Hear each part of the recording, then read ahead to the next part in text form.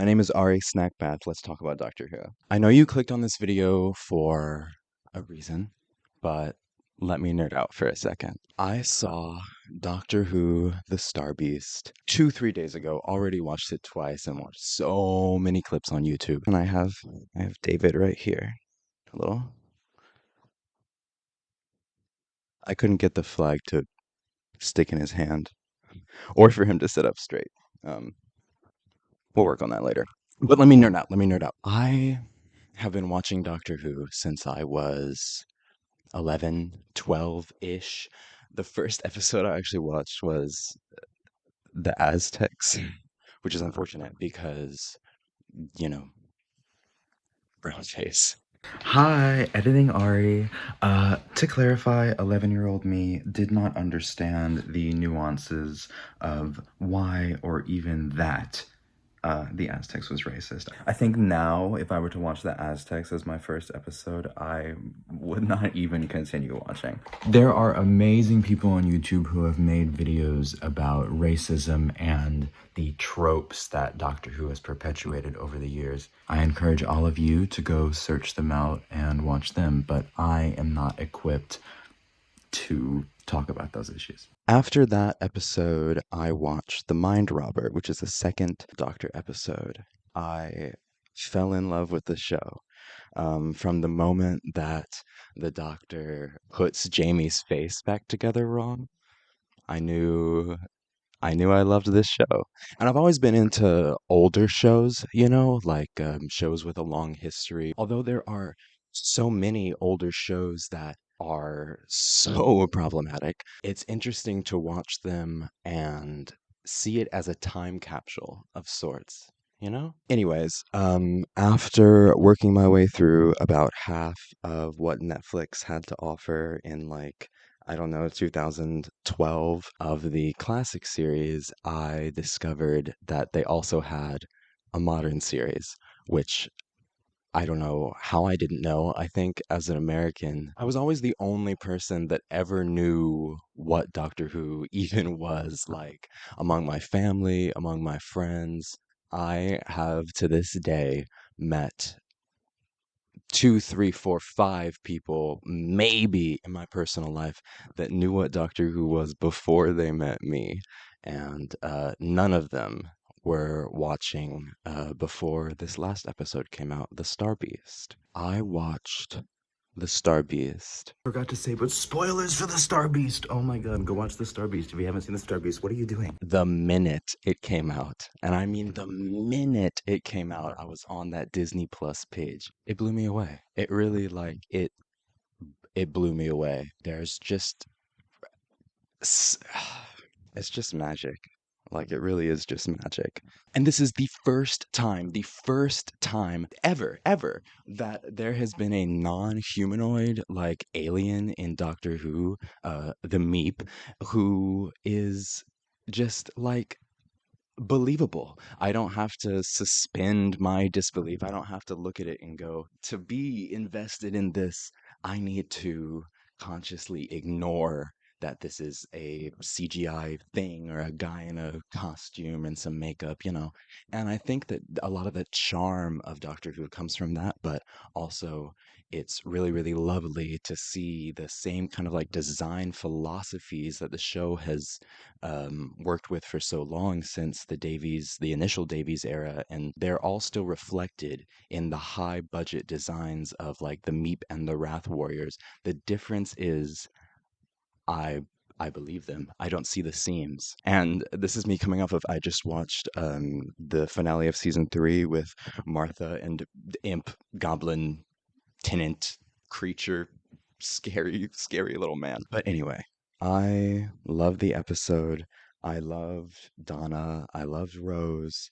And I loved the doctor. And every single character I felt they were all perfect. And the actors returning to play these roles after so many years, it feels like simultaneously they haven't missed a beat, but also it feels like there were 15 years of these characters continuing to exist that we just didn't get to see. I don't know, it feels very real. All of the interactions with the concerning Donna's family. And that's what I want to get into because non-binary. This episode is a big step in Doctor Who, especially coming from what I mentioned at the start of the video, the Aztecs in the 60s. A lot of Doctor Who, while being progressive for its time, now when you look back at it, is a bit of its time. And even rewatching the Russell T Davies era in preparation for the 60th, I noticed that there were a lot of things about his initial era that did not age well. Thinking specifically of the Shakespeare episode, that thing is a mess. Not only do you fit the doctor hand waving away Martha's genuine concern about, racism, but also you have the doctor making a political correctness joke and being like, good old J.K. Rowling. This new episode of Doctor Who really puts forward the intent of righting those wrongs, of being in the present and being inclusive, finally, fully. This is the first time that Doctor Who is being produced outside of the umbrella of the BBC.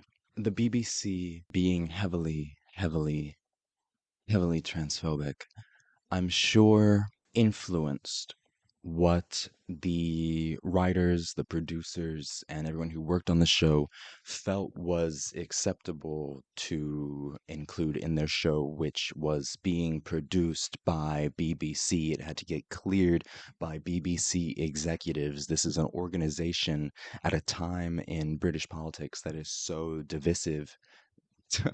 I watch too much Doctor Who. I'm getting British divisive. A time in British politics that's so divisive. Stepping away from the BBC and then immediately making this episode. Don't know how I didn't clarify this, but divisive on trans issues specifically. The BBC is very anti-trans, especially their news wing. It's atrocious. Giving Donna a trans daughter that she's completely supporting of and depicting these honestly very real conversations that I have had and I've seen happen as a non-binary person in my family and in my life. The scene where Sylvia is like, oh, should I call her gorgeous? I never called him that when he was a man.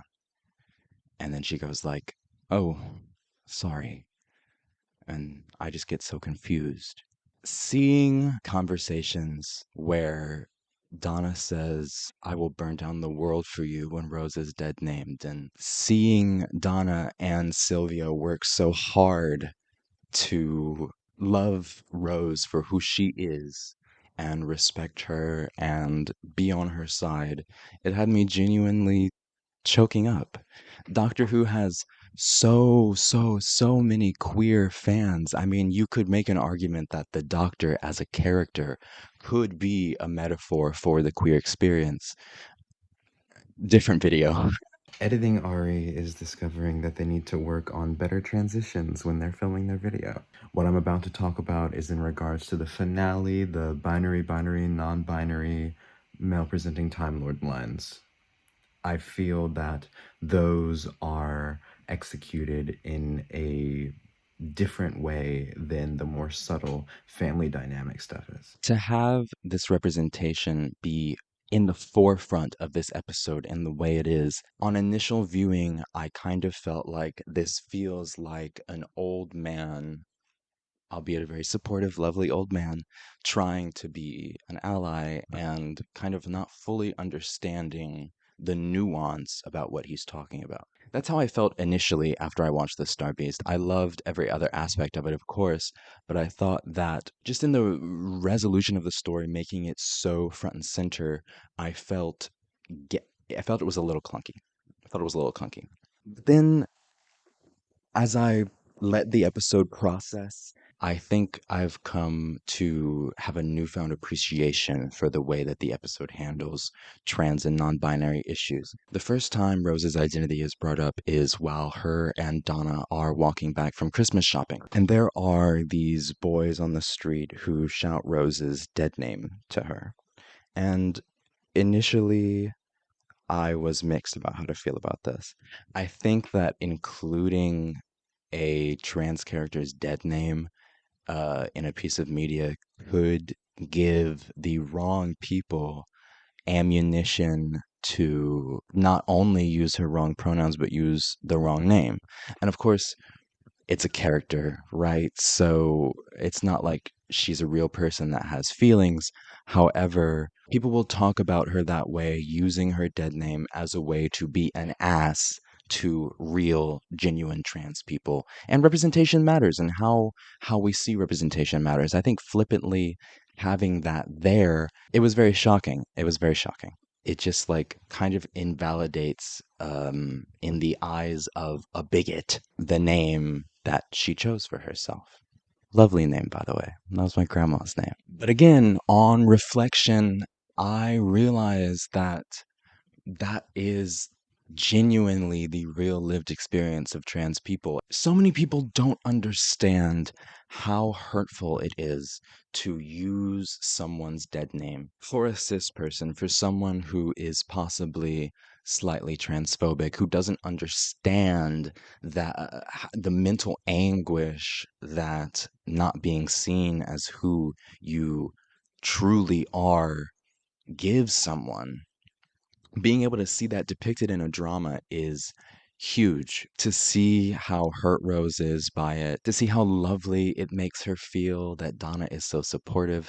And I think that it is ultimately good that it happened. I think some of the discussions around trans issues in this episode will end up aging a bit poorly. And I'm going to circle back to that at the end as like my conclusion. But next off, we have the scene in the kitchen, Sylvia and Donna. Fantastic. I mean, all of this dialogue is written so real, so human, and uh, it's brilliant. It's really really brilliant. Next up, and I'm just going from memory here, but the next one that I can remember, and these are the big ones that stood out to me as being a bit Russell T Davies not understanding how to go about representing trans issues Z, you know what I mean? It's when it's implied that Rose's identity ties into the sci-fi elements of why the metacrisis ends up dispersing. And I think it's a wonderful explanation to be like, oh, she had a child, so it siphoned its like power of love, they can release it, fantastic. But they have the line binary, binary, non-binary, and the male presenting Time Lord line. I do love the binary, binary, non-binary solution in concept because it is the power of love, the power of supporting your children, even when they are not who you expected them to be, is what saves the day. I think that's wonderful. I think it's beautiful. However, I think it's not exactly conveyed in the most nuanced way. However, as the resident queer, I know when something is being overly simplified. However, the general cishet British audience is not going to know. British politics, like I said earlier, are so divided on the trans issue right now, and there's so much violent rhetoric coming from the BBC. To have all of this be so ham fisted, so upfront, so kind of overly simplified, and using these like buzzwords that people will already be familiar with, you know, instead of delving deeper into the nuances of all these things. That's what's going to reach the cishet British audience. And it's what's going to possibly change a few minds, especially young minds, young people who are being brought up in conservative households that don't even have the words or the understanding to be able to empathize with a trans person, to understand how their actions can hurt someone and hurt someone like Rose. I think that is powerful. We need to remember that we are in the early stages of trans representation in media. If you go back and look at television from when the gay rights movement was at its peak, you see a lot of stereotypes, a lot of simplification, even when these stories are trying to be supportive. Because unfortunately, a lot of the time, we do have to explain ourselves in simpler terms to slowly get the general public familiar with the idea of us. It's a harsh reality and it's exhausting. And it's exhausting to see as well as a trans person to not have these nuanced trans experiences front and center and instead to kind of buzzwordify it. As we saw from the response from supposed fans when the doctor was female presenting, we know that a lot of the people that are going to have eyeballs on this show will not be receptive to nuance. And ultimately, a lot of them won't be receptive to what the show actually does end up including. But those people aren't really welcome anyway. I don't think they've ever been welcome in Doctor Who. It's just that now that we are actually entering an age where people are truly beginning to accept trans people for who they are, albeit lots of caveats and hitches along the way, there will still be people whose minds are changed, who see that Rose hurts from the instances of transphobia and sees how wonderful everyone feels at the end when the power of familial love to a queer person saves the day. I think it's a beautiful message, and it's one that people will either resonate with or leave the show over. And honestly, if you're not okay with loving and extending empathy to trans people in the same way that you are with cis people, you have an issue, and we don't want you here anyway. I think this is a fantastic, fantastic, fantastic, fantastic statement piece for the new era of Doctor Who, saying we are not ashamed, we are not hiding anymore, that we are an inclusive, progressive show, really saying, hey, if you aren't cool with it, fuck off. So yeah, this was just a first little video that I figured I'd put up. Listen, my setup, it's not finished. I'm moving right now. I have red carpet. Want to see my red carpet? I have red carpet. But yeah, I'm in the process of moving. It's rough. Hopefully, if this is something I want to keep continue doing, I will get an actual setup and maybe more of these guys, little plushies. I have a Dalek behind him. Hey, Dalek. Hope we don't see these guys for a little bit, though, to be honest. But I think this is really fun. I just had thoughts on this new episode and specifically how my experience as a non-binary person shapes my experience with this episode and my views on it. I hope you enjoyed listening or watching or, I don't know, absorbing. Bye. Subscribe. Subscribe. Look. You look. She wants you to subscribe. She wants you to subscribe right now.